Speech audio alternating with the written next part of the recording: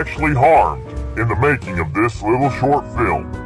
Because here at Smoky Oak, that's what we call a recycled hunt. Smoky Oak, makers of fine products.